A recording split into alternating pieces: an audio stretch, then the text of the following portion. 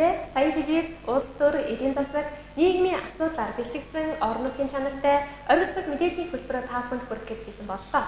Бид олон нийтийн ашиг сонирхлыг эрхэмлэн олон ургалч үзлийн эндэр байж тэнцвэртэй мэдээллийг хүргэж байх болно.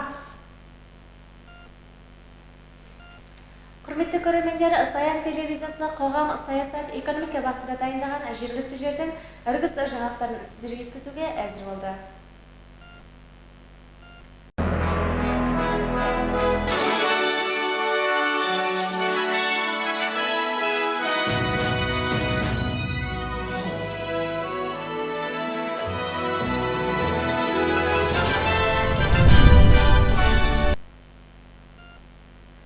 Өнөөдөр манай аймгийн хэмжээнд энэ оны эхний ээлжийн цэрэг татлага эхэллээ. Цэрэг татлагын эхний ээлжинд Өлгий сумын 7 багийн залуус хамрагдлаа. Үлдсэн хэсэг нь ирэх 10 дугаар сард хамрагдах юм байна. Бүгін аймағымызда осы жылдың алғашқы кезекте әскер тарту іс-шарасы басталды. Бұған аймағымыздың 7 бақ азаматтары қамтылған болса, қалған азаматтары келер 13 айда қамтылатын болады.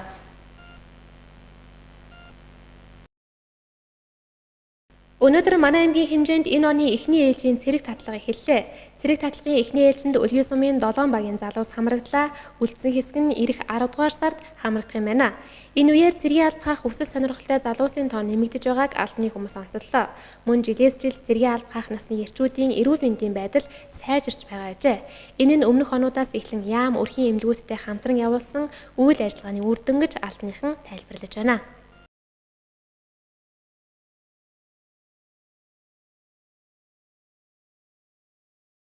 Assalamualaikum құрметті көрермен қауым, жаңағы еліміз бойынша жаңағы әскери міндетін атқаратын бірінші мезгілдің науқандық жұмыс жүріп жатыр. Бұған жаңағы аймақ әкімінің 2017 жылы 4 айдың 4 күні 176 жылы үкім шыққан, осы бойынша жұмыс жүріп жатыр. Церек татлығы. Мынаған болғанда жаңағы Өлгей біздің аймағымыздағы 8 сумын қатысып отыр. Соның ішінде біздің Өлгей сумынан 13 бақтан жаңағы 7 бақтың азаматы кіреді. Мұнда бірінші бақ, 2, 3, 4, 5, қайтып 12, 13 бақтың азаматтары қатысып жатыр. Жалпы осы әскерге қатысатын азаматтардың саны осы 7 бақтан болғанда 150-дей азамат кіреді. Биылғы әскерге тарту бөлісі болғанда жаңағы қаланың түбіндегі 4-5 жәңгіге тартады. Қайтып Қобда аймағының жаңағы 130 жәңгісіне тартады.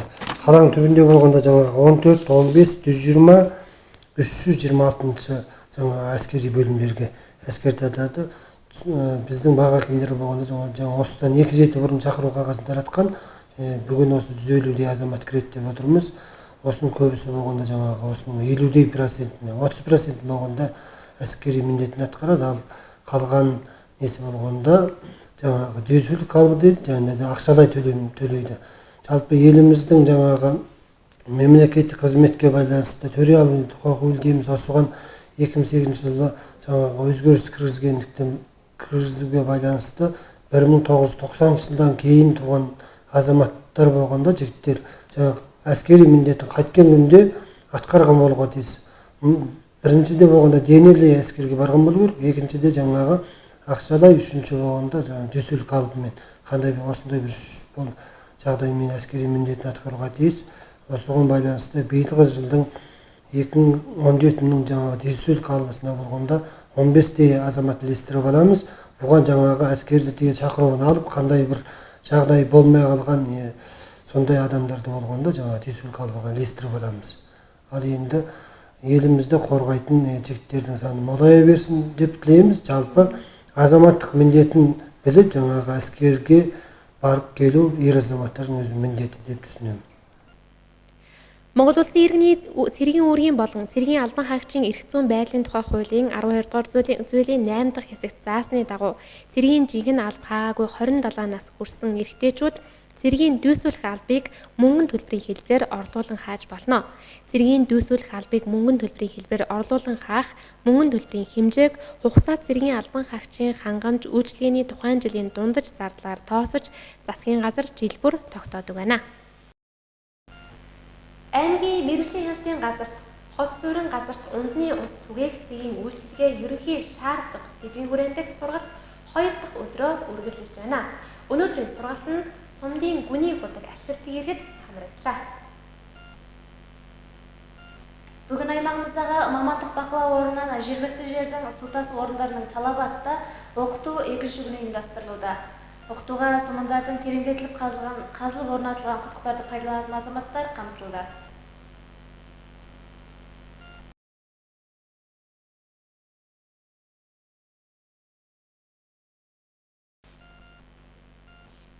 Аймгийн мэргэжлийн хэлтийн газарт хот суурин газарт ундны ус түгээх цэгийн үйлчилгээ ерөнхий шаардлага сэдвийн хүрээн дэх сургалт 2 дахь өдрөө үргэлжилж байна. Өнөөдрийн сургалтанд сумдын гүний худаг ашигладаг иргэд хамрагдлаа. Сургалтын гол зорилго нь ард иргэдэд усны аюулгүй байдлын талаар болон усыг хадгалах хэрэглэхэд анхаарах асуудлын талаар мэдээлэл өгч усаар дамжин гардаг халдвар төвчнөөс урьдчилан сэргийлүүлэхэд оршсон юм а.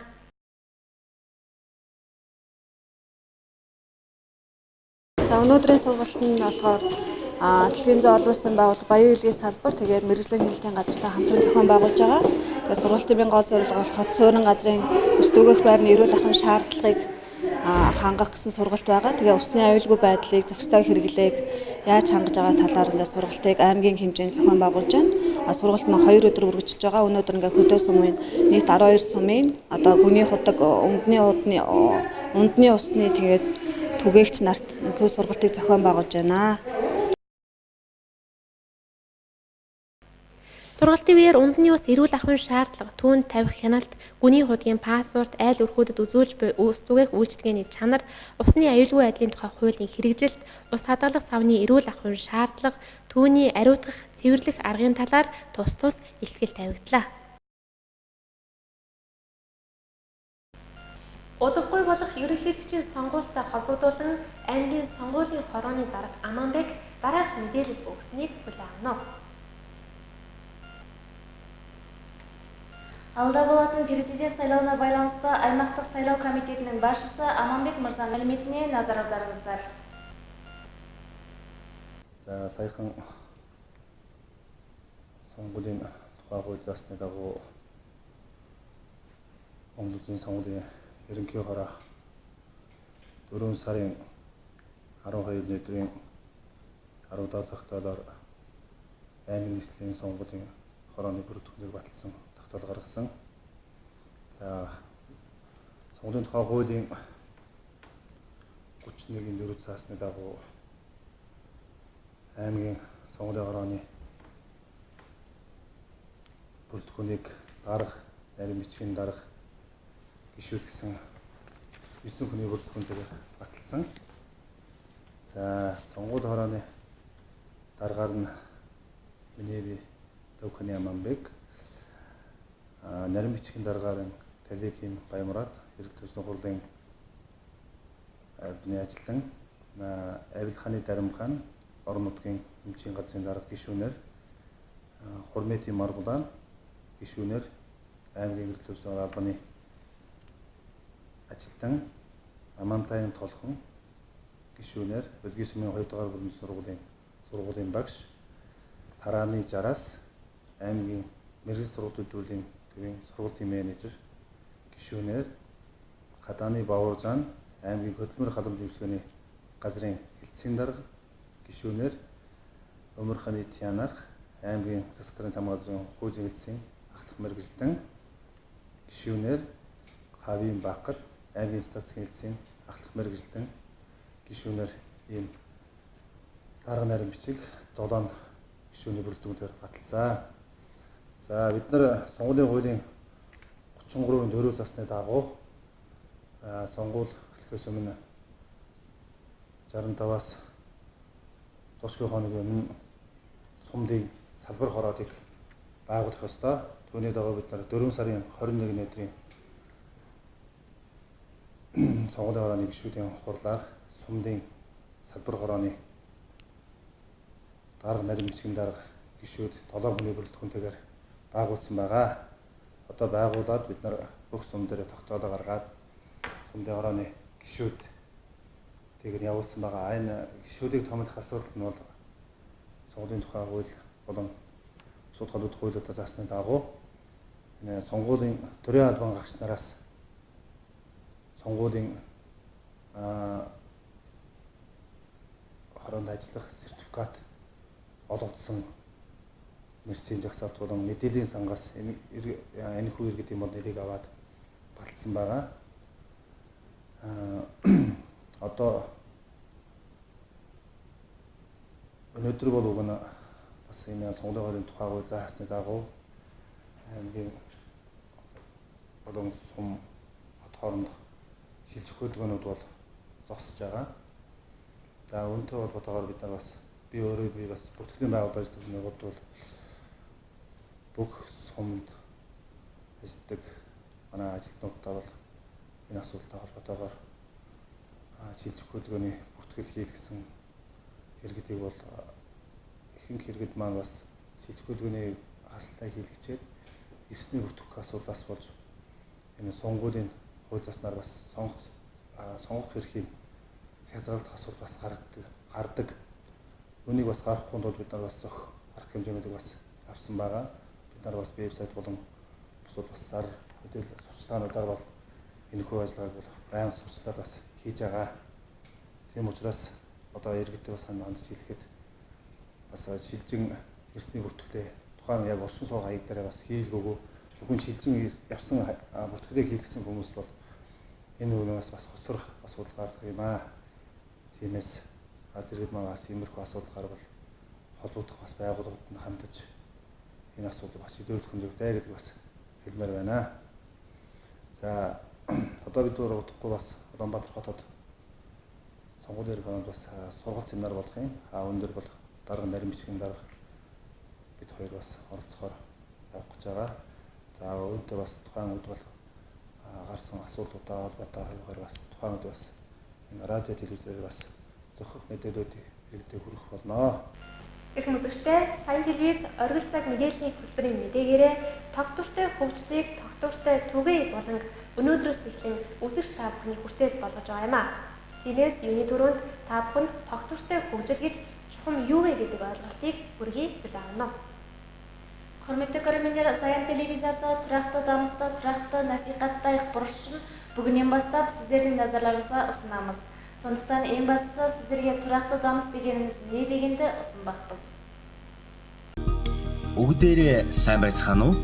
Нэгдсэн үндэсний байгууллагын бүх гишүүн орны удирдагчид дэлхийн улс орнуудын тогтвортой хөгжлийн төлөөх 17 зорилтыг биелүүлэхээр гарын үсэг зурлав. Дараагийн 15 жилд бид гайхамшигыг бүтээхээр төлөвлөж байна. Ядуурлыг устгах, эрх тэгш биш шудраг бус байдлыг халах, уур амьсгалын өөрчлөлтийн үр нөлөөг багасгах. Дэлхий дээрх хүн бүрийн таны, чиний бүгдийн тусламж хэрэгтэй байна. Бид хүн бүрт эдгээр гайхалтай зорилтын талаар хэлмээр ярмаар байна. Энэ нь хүн төрлөختний их дэлхийн төлөө хийх бидний даалгавар юм. 7 тэрбум хүнд тогтвортой хөгжлийн зорилтуудыг түүхэнд бичигдхүйцээр хамтдаа эхлүүлцгээе. Хамтдаа түүхийг бүтээе. Бидэнд ийм төлөвлөгөө байна. Бидэнд ийм төлөвлөгөө байгааг хүн бүр мэдэх ёстой. Таны оролцооч хэрэгтэй. Баярлалаа үзэгчтэй. Та бүхэн сая тогтвортой хөгжил гэж чухам юу яриад байгаа тухай товч мэдээлэл хүрлээ. Тэгэхээр бид хамтдаа тогтвортой хөгжихийн тулд мэдээлэл мэдлэгээр сайн хангагдах ёстой байдаг юм аа. Хүн гэдэг амтан мэдэхгүй зүйлийнхээ боолн болдог гэдэг шүү дээ. Тиймээс бид өнөөдрөөс эхэлж та бүхэндээ тогтвортой хөгжлийн төлөөх тогтвортой мэдээлэл түгээхийг зориод байгаа юм аа. Бид энэ удаа барилгын хан таасны дулаалгад ашигладаг шилэн хөвөнгийн хор хөнөөлийн тухай та бүхэнд хүргэж байна. Барилгын салбар эрчимтэй хөгжиж байгаа энэ үед барилгын дулаалгаас өөр чухал зүйл гэж хаач үгүй.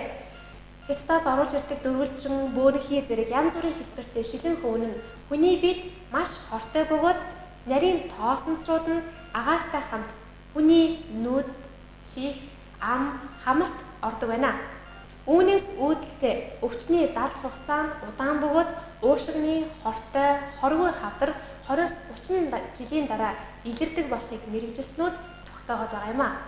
За түүгээс зогсохгүй дэлхийн эрүүл мэндийн байгууллагын хавдар судлалын агентлагаас шилэн хөвөнгө дэлхийн нийтээрээ хэрэглэхийг хориглох зөвлөмжийг гаргасан байт юм байна. Зөвлөмжийн дагуу Европын орнууд 30 жилийн өмнөөс Японд гэхэд 1975 оноос шилэн хөвөнгө үйлдвэрлэх, ашиглахыг хуулиар хориглосон байдаг жишээнүүд байт юм байна. Харин манай улсад тэр дундаа манай амьд энэ зүйл эсрэгээрээ шилэн хөвөнгийн хэрэглээ маш их байсаар байгаа нь харамсалтай явдал юм а. Шилэн хөвөнтэй ойр ажилладаг эсвэл шилэн хөвөнгөөр ханаа дулаасан хүмүүс дараах шинж тэмдгүүд илэрдэг байна. Үүнд хүзүү, гар гэд ил хэсгүүдээр тууралт гарч харшил өгдөг. За үүнийг тэр дорн хөдөө усаар уугачих бол үүнэл гайгүй болт юм байна. За энэ аргыг мэддэггүй хүмүүс харшлаасаа болоод халуурах, хамуурах, за тэгээд цаашлбал хоолой завхаж ханиалах тохиолдол нь бас илбэг тохиолддог юм байна. Тэгэхээр шилэн хөвөн зардаг 8-ачтын олонх нь бол майжууртай болт юм байна. Шилэн хөвөнгөөр дулаасан барилга байгууламжинд амьдарч байгаа хүмүүсийн насанчман тодорхой хэмжээгээр богиноцдог гэсэн судалгаанууд байд юм байна. Тиймээс ард иргэдийн нийтээрээ шилэн хөвөнгийн хэрэглэнээс татгалзъя гэж сайн телевизээс уриалж байна. Гэтэл бид шилэн хөвөнгөөс шууд татгалзах боломж бас ард иргэдэд нь бага байт юм байна. Учир нь барилгын материалын дулаалгын хамгийн хямд материал нь шилэн хөвөн байдаг учраас шууд татгалзах чаддгүй юм байна л да. Гэтэл хүнд мөнгө хэрэгтэй юу эсвэл эрүүл мэнд хэрэгтэй юу гэдгийг ард иргэд та бүхэн бас нэг удаа бодоод үзээрэй. Чухамдаа хямд үнэтэй, хортой энэхүү бүтээгдэхүүнээс татгалзах боломж бидэнд байхгүй биш байгаа. Тухайлбал юм бол хүний бид ямар ч хорог хөнөөл учруулдаггүй дотооддоо үйлдвэрлэдэг чулуун хөвөнгө дулаалгатай ашиглаж болно. За мөн шилэн хөвөнгийн оронд хөөсөнцрөөр бас одоо барилга байгууламж, орон сууц, гэр орноо бас дулаалгах боломж байдаг юм байна. За гэх мэтчлэн эрүүл мэндэд тустай шилэн хөвөнгө орлох олон бүтээгдэхүүн байдаг. Бид хэдий болтол өөрсдийнхөө эрүүл мэндэд хортой шилэн хөвөнгө хямдтан болж хэрэглэсээр байх юм бэ гэдгийг үзэгч та бүхэн минь мэрэгэн оюун ухаандаа нэг сайн бодож тунгаагаад үзээрэй. Рахмет көрермендер, сіздер және тұрақты дамыс дегеніміздің екені жайында қысқаша мәлімет алдыңыздар. Сондықтан біз бірге тұрақты даму үшін ақпаратпен жақсы қанымдалуымыз керек екен. Адамзат баласы білмейтін нәрселерінің құлы болады деген. Сондықтан біз бүгіннен бастап тұрақты дамыс жайында ақпараттарды жеткізетін боламыз. Біз осы ретте құрылыстың қабырға жылуына керектенетін жылтыр мақтаның зияны жайында ақпарат ұсынбақпыз. Құрылыс саласы ерекше дамып келе жатқан қазіргі заманда жылулығы ерекше алып көретініміз анық. Қытайдан кіргізіліп келетін төрт бұрыш, доңғалақ сияқты әртүрлі пішінді жылтыр мақталар адам ағзасына зиянды. Одан пайда болатын ауру, тыныс жолының қатерлі ісігі не зиянсыз ісік 20-дан 30 жылдан кейін анықталады екен. Бұны арнайы мамандар айтып отыр. Онымен шектелмей дүниежүзілік денсаулық сақтау орнының қатерлі ісік агенттігінің жылтыр мақтадан пайдалануға болмайтыны жайында кеңес берген. Кеңес бойынша Европа елдерінде 30 жыл бұрын Жапонияда 1975 жылдан бастап өндіруді және пайдалануға тыйым салған. Ал біздің мемлекетімізде, әсіресе біздің аймағымызда жылтыр мақтаны көптеп керектенеді екен. Жылтыр мақтаны жақын жұмыстайтын немесе онымен қабырға жалаулаған азаматтарда төмендегі белгілер байқалады екен. Желке, қол сияқты ашық денелерге бөрткен шығып аллергия байқалады. Оны сол мезетте суық сумен жусаңыз жақсы екенін. Бұл амалды білмейтін азаматтарымыз ыстық шығып тамағы қышуы көбейеді. Жылтыр мақтаны сататын сатушылар көбі қышынып тұрады екен. Жылтыр мақтаның қалыпты күйде өмір сүріп жатқан адамның жасы қысқа жады екен. Сондықтан қалайық жылтыр мақтадан бас тартайық. Бірақ дәл қазір біз бұдан бас тарта алмайтынымыз анық. Себебі құрылыс материалдарының ең арзаны болып осы материал табылмақ. Бұл ақшадан көрі біздің денсаулығымыз артық екенін халық өздеріңіз ұғатын шығарсыздар. Арзан болса да зиянды материалдан бас тарту мүмкіндігі бізде жоқ емес.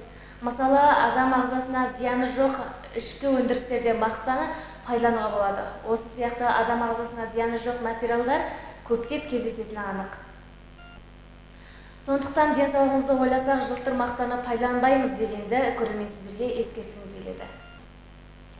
Үзэгчдээ та бүхэнд тогтвортой хөгжлийг тогтвортой түгэе болон маань хүрлээ. За энэ болонгаараа бид шилэн хөвөнгийн хэрэглэнээс татгалзъя хэмээн уриалсан юм аа. Ингээд ихэнх үзэгчдээ бидний бэлтгэсэн орон мэдээ энэ хүрээд өндөрлж байна. Анхаарлаа хандуулсан та бүхэнд баярлалаа. Хөтөлбөрийн төгсгөл маргааш өдрийнхөө өргөний зурхайг хүлээн авч байна.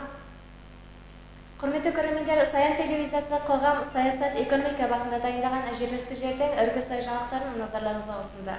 Жаңалығымыздың соңында сіздер ертеңгі жұлдызнамамен таныс болыңыздар.